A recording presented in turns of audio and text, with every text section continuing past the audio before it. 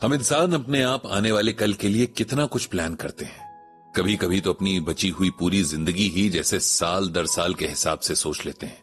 ये सब करते हुए हम इतने कॉन्फिडेंट होते हैं कि हम भूल जाते हैं कि आने वाले कल तो क्या, आने वाले पल की भी हमें भनक नहीं होती है। इस तरह अपने देखे सपनों जैसा कल जब हमें नहीं मिलता तब हम दुखी होते हैं, डिसअपॉइंटेड होते हैं। कितना अच्छा हो कि हम समझ लें कि ये दुख हमारे अपने ही बनाए हुए हैं। उम्मीद किसी से भी लगाएं, ज्यादातर मामलों में दिल ही दुखाती हैं, क्योंकि पूरी नहीं होती। ब्रजभूषण जी और पंडित जी से कितने ही लोग ऐसे सवाल पूछते हैं जिनमें ऐसे प्रॉब्लम या सोल्यूशन से बाहर निकलने का रास्ता पूछा जाता है, जो एक्चुअल में सिर्फ इसलिए पैदा हुई हैं क्योंकि किसी ने किसी से कुछ एक्सपेक्टेशन रखी थी जो पूरी नहीं हुई या हो नहीं पा रही है। ऐसा ही एक मेल पंडित जी को कुछ दिन पहले आया था। मेल क्या था? दुनिया जहान की शिकायतों का पुलिंदा था, जिसे पढ़ते हुए पंडित जी को भी शिकायत होने लगी थी कि आखिर इंसान इतनी शिकायतें करता क्यों है। यह मेल एक ऐसे इंसान ने भेजा था जिसके हिसाब से दुनिया की हर अच्छी बात उसमें है और बाकी हर इंसान में बुराइयां भरी हैं। इनका नाम अनिरुद्ध था और ये जो अपने मन में इतनी सारी बातें जमा किए हुए थे, मजे की बात यह थी कि इन्होंने अभी तक ठीक से जमाना देखा भी नहीं था। अनिरुद्ध अभी इंजीनियरिंग फर्स्ट ईयर में था और गीता ज्ञान ब्लॉग उसने अपने ब्रेकअप के बाद पढ़ना शुरू किया था, क्योंकि उसे लगने लगा था कि अब ये दुनिया और उसकी खुशियां उसके किसी काम की ही नहीं है और उसे इस मोह माया से आजाद होना है। उसकी लिखी इस बात पर पंडित जी खूब हंसे थे, क्योंकि एक छोटा सा दुख आने पर मोह छोड़ देने और फिर छोटी सी खुशी आने पर उसी मोह में फंस जाना और सारी जिंदगी यही सब दोहराते रहना, यही हम करते हैं। खुद को बहुत मैच्योर समझते हुए। फिर अनिरुद्ध तो अभी बहुत छोटा था। उसने लिखा था कि वो एक छोटे से कस्बे से बिलोंग करता है, जहां न ढंग के स्कूल हैं, न ही कोई अच्छी फन एक्टिविटी करने की जगह। इसीलिए उसका बचपन बहुत बोरिंग बीता। उसके पेरेंट्स छोटी छोटी जॉब्स में थे, जो बस रिस्पेक्ट के साथ जीने लायक थोड़ा बहुत कमा लेते थे। उसकी एक बड़ी बहन है जो सो कॉल्ड एक आइडियल डॉटर है। ये सो कॉल्ड वर्ड भी उसी ने लिखा था। अनिरुद्ध के हिसाब से उसकी बहन कोई मौका नहीं छोड़ती अपने पेरेंट्स के आगे अच्छी बनने और उसे बुरा साबित करने का। फिर उसे अपने पेरेंट्स से भी कम शिकायतें नहीं है। वो पंडित जी से पूछता है कि आप ही बताइए, मेरे पेरेंट्स की रिस्पॉन्सिबिलिटी क्या है? सिर्फ हमें खाना खिलाना और पढ़ाना ही? क्या उन्हें और मेहनत नहीं करनी चाहिए थी ताकि हमें एक अच्छा लाइफस्टाइल दे सके? बाकी बच्चों के पास कितना कुछ होता है जिसे वे शो ऑफ करते रहते हैं, लेकिन हमारे पास कभी ऐसा कुछ नहीं रहा। फिर अनिरुद्ध ने अपने स्कूल और टीचर्स के बारे में लिखा था कि उसका स्कूल दुनिया का सबसे बेकार स्कूल था और टीचर्स सबसे निकम्मे। कोई भी बच्चों को मन लगाकर नहीं पढ़ाता था। सबको बस किसी तरह सिलेबस पूरा करने की जल्दबाजी रहती थी और वे लोग ये भी नहीं सोचते थे कि बच्चों को कुछ समझ में आया भी या नहीं। वहीं बच्चे भी एक से बढ़कर एक थे। किसी को इस बात में इंटरेस्ट नहीं था कि पढ़ लिख कर कुछ बने। सबको बस अपने पेरेंट्स के पैसे खर्च करने थे। अनिरुद्ध ने फिर आगे लिखा था कि मैंने बहुत मेहनत की। बिना किसी ट्यूशन या कोचिंग के मैंने एक बहुत अच्छे गवर्नमेंट इंजीनियरिंग कॉलेज में अपनी सीट पक्की की और मैं आज वहां पढ़ भी रहा हूं। लेकिन अब मेरी लाइफ में एक ऐसी बात हुई है जिसकी वजह से मैं बहुत परेशान हूं। इतना पढ़कर पंडित जी ने एक गहरी सांस ली और मन में सोचा कि अब किसकी शामत आई होगी। उन्होंने आगे पढ़ना शुरू किया। अनिरुद्ध ने लिखा था कि कॉलेज के स्टार्टिंग डेज में एक लड़की से उसकी बहुत अच्छी फ्रेंडशिप हो गई थी। वो उसे बहुत पसंद भी करता था। दोनों साथ मिलकर पढ़ते, कॉलेज आते जाते, लंच करते, घूमते जाते थे। उसके साथ मैंने आने वाली जिंदगी के बहुत सारे सपने देखे थे।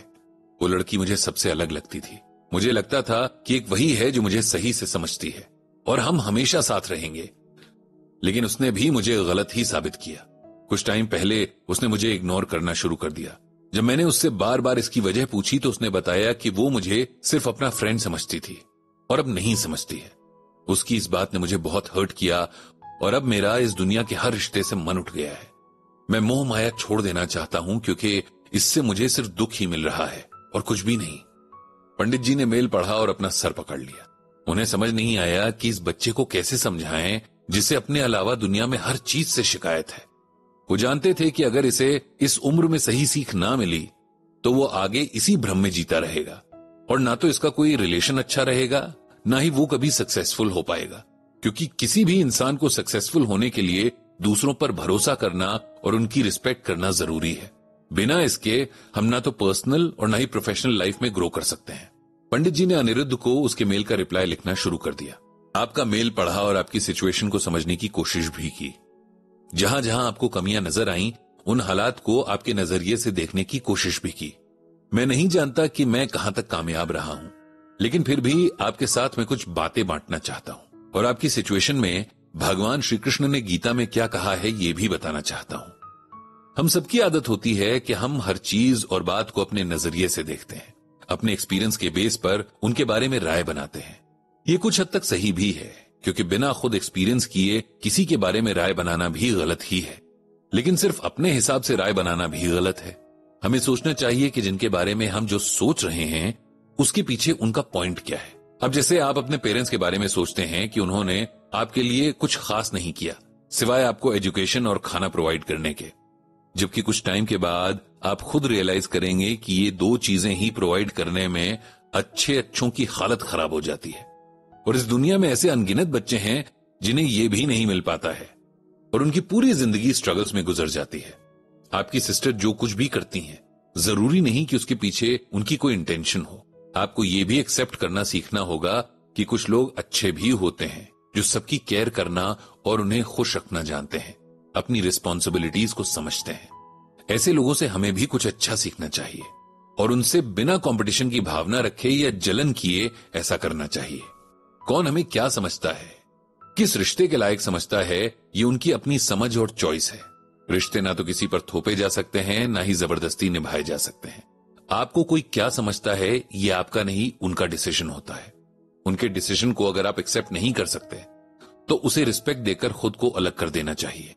हमें अपनी जिंदगी में आने वाले लोगों और मिलने वाली चीजों के लिए हमेशा थैंकफुल रहना चाहिए, क्योंकि उन्हीं की वजह से हम होते हैं। हमेशा दूसरों में अच्छाई और सिचुएशंस में कुछ पॉजिटिव ढूंढने वाले लोग हमेशा खुश रहते हैं। अगर दुनिया के झमेलों से मुक्त होना है तब सिर्फ एक ही रास्ता बचता है कि हम खुद को भगवान की भक्ति में लगा दें और जैसा जीवन जीने के लिए उन्होंने कहा है वैसा ही जिएं। श्रीमद् भगवद गीता में भगवान श्री कृष्ण ने कहा है, मन मना भव मद भक्तो मद्याजी माम नमस्कुरु मामे वैश्यसी युक्त वैवम आत्मनम मत परायण। यहां भगवान श्री कृष्ण अर्जुन से कहते हैं कि हे अर्जुन, तू मुझ में ही मन को स्थिर कर, मेरा ही भक्त बन, मेरी ही पूजा कर और मुझे ही प्रणाम कर। इस प्रकार अपने मन को मुझ परमात्मा में पूर्ण रूप से स्थिर करके मेरी शरण होकर तू निश्चित रूप से मुझे ही प्राप्त होगा। इसे सिंपल वर्ड्स में इस तरह से समझते हैं कि भगवान अर्जुन से कह रहे हैं कि अगर तुम एवरलास्टिंग शांति और इस जन्म और मृत्यु के जाल से मुक्ति चाहते हो तो अपने मन को पूरी तरह से मुझ में ही लगा दो। मेरा भक्त बनकर मेरी पूजा करते हुए अपने मन में पूरी तरह मुझे रखते हुए मेरी शरण में आ जाओ। ऐसा करने से तुम्हें मैं यानी परमात्मा मिल जाऊंगा। यहां भगवान अर्जुन को अपना मन इधर उधर भटकाने के बजाय एक जगह यानी परमात्मा पर लगाने को कह रहे हैं ताकि उसके लिए मुक्ति का रास्ता खुल सके। और लास्ट में मोह माया छोड़ने वाली तुम्हारी बात पर इतना ही कहना है कि पहले यह समझो कि ये असल में होते क्या है। इसके लिए कभी डिटेल में बात करेंगे। तब तक तुम रोज श्रीमद् भगवद गीता का पाठ करना शुरू कर दो। इतना लिखकर पंडित जी ने मेल सेंड कर दिया।